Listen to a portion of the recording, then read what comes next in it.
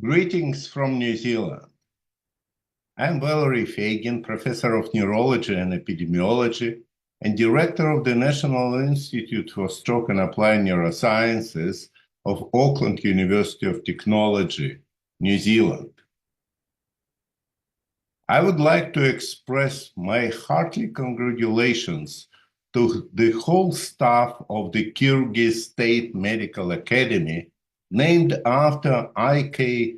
Ahunbaev, with the great anniversary to celebrate 85 years since the Academy establishment.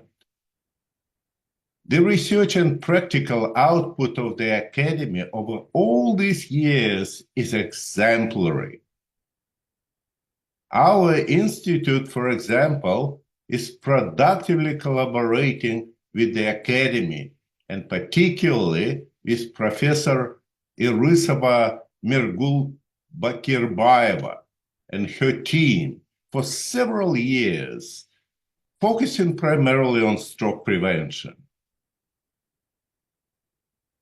On behalf of our institute, I sincerely wish every success to the Academy and its research, teaching staff in their new groundbreaking scientific achievements to improve population health in Kyrgyz Republic and internationally.